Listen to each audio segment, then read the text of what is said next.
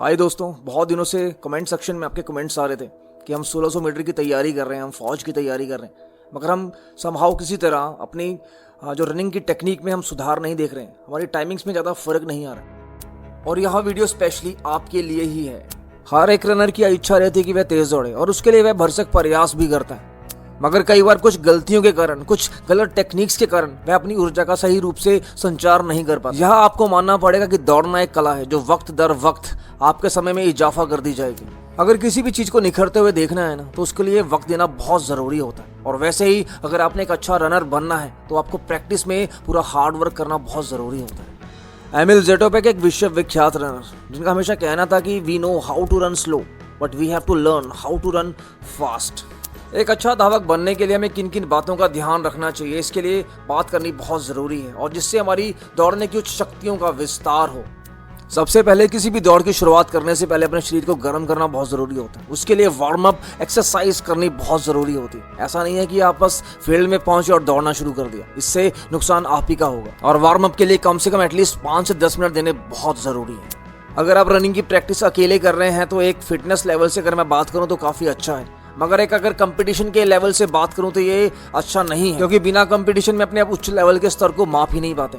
क्योंकि अकेले दौड़ने में सिर्फ हम ही विजेता हैं और हम ही हारे, तो उससे आपको पता ही नहीं चलेगा कि मैं किस लेवल पर हूँ। अगली सबसे महत्वपूर्ण बात कि आप सांस कैसे लेते हैं, क्योंकि दौड़ का पूरा खेल सांस किस तरह आप लेते हैं इसी के ऊपर निर्भर करता है। कि आप कितनी जल्दी हाफते नहीं है इसके ऊपर निर्भर करता है। मैं पहले भी कह चुका हूँ कि दौड़ना पैरों की कला नहीं है, दौड़ना इस बात के ऊपर निर्भर करता है कि आप कितनी जल्दी नहीं हाफते हैं। और 1600 मीटर की दौड़ में आपको सांस आपके नाक से लेनी है और मुंह से छोड़नी है, और यही एक सीक्रेट है 1600 मीटर की टाइमिंग कोड क्रैक करना। जब हम 1600 मीटर की दौड़ रहे होते हैं और हाफने की कगार पर होते हैं, उस समय एक लंबी गहरी सांस हमें उस लेवल को मेंटेन रखने में बचा ले। वो कहते हैं ना, जैसा युद्ध का मैदान होता है, आपका तैयारी का मैदान भी वैसा ही होना चाहिए। अगर आपको ग्राउंड के 400 मीटर के 4 चक्कर मारने हैं और अगर आप उसकी तैयारी रोड पर कर रहे हैं तो आपके लिए भयंकर नुकसानदायक हो सकता है। क्योंकि जब आप रनिंग करते हैं ना ग्राउंड में, तो जब आप टर्न मारते हैं, उस टर्न के साथ आपके स्पीड की कमी में कुछ कमी का इजाफा होता है, जो आप रोड के ऊपर कभी पहचान ही नहीं पाओ। रनिंग में सबसे महत्वपूर्ण है स्टेमिना, जो बिल्डअप होता है लॉन्ग रन से। 5 किलोमीटर 10 किलोमीटर हफ्ते में 1 या 2 बार, जो आपको आपके स्टेमिना को बिल्डअप करने में आपकी बहुत मेहनत करेगा और आपको मोटिवेट भी रखेगा। दौड़ते समय बिल्कुल एकाग्रचित रहें, अपनी मंजिल की तरफ बिल्कुल केंद्रित रहें, अपने हाथ पैर को बिल्कुल रिलैक्स रखें और सिर्फ अपने लक्ष्य के बारे में सोचें। पैरों में दर्द होती है ना, तो वो टेम्परेरी है, परमानेंट नहीं है, और ये तेरे साथ ही नहीं सभी के साथ होती है। तो थोड़ा तो सहन करना ही पड़ेगा। अगर लक्ष्य लंबे रखे हैं तो सहन तो करना पड़ेगा ही ना। अगर 1600 मीटर का रन अचीव करना है ना, तो यहाँ पर अनुपस्थिति की जरूरत नहीं है। आपको फुली कंसंट्रेट रहना पड़ेगा उस टेन्योर के बीच में, और पूरी मोटिवेशन और पूरे डेडिकेशन से काम करना पड़ेगा। ऐसा नहीं होना चाहिए कि हफ्ते के 7 दिन में से 4 दिन आप वर्कआउट कर रहे हैं और 3 दिन आप गायब हैं।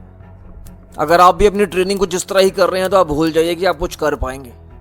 जहां पर आज खड़े हैं, कल भी आप वहीं पर खड़े अपने आप को पाएंगे।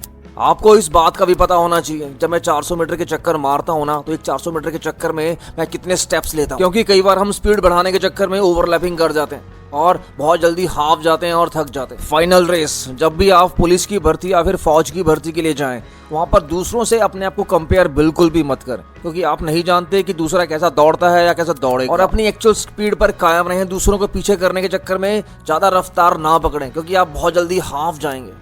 क्योंकि अक्सर देखा गया है, हम जैसे ट्रेनिंग में दौड़ते हैं, हम बिल्कुल उसके विपरीत जब हमारी एक्चुअल रेस होती है, वहां पर हम अपना प्रदर्शन करते हैं। वार्म अप अगेन, जिस तरह आप रनिंग करने से पहले वार्म अप करते हैं, उसी तरह रनिंग करने के बाद भी आपको वार्म अप करना बहुत ज्यादा जरूरी है। चाहे आपका कोच हो चाहे आपका मेंटर हो, वो वार्म अप के ऊपर बहुत फोकस करता है, बिकॉज ऑफ ही नोज कि वार्म अप का कितना ज्यादा इफेक्ट होता है आपकी बॉडी के ऊपर। जिस तरह एक लुब्रिकेंट गाड़ी के इंजन में काम करता है ना, उसी तरह वार्म अप भी आपके शरीर में काम करता है। तो इसे बिल्कुल भी मिस मत करें।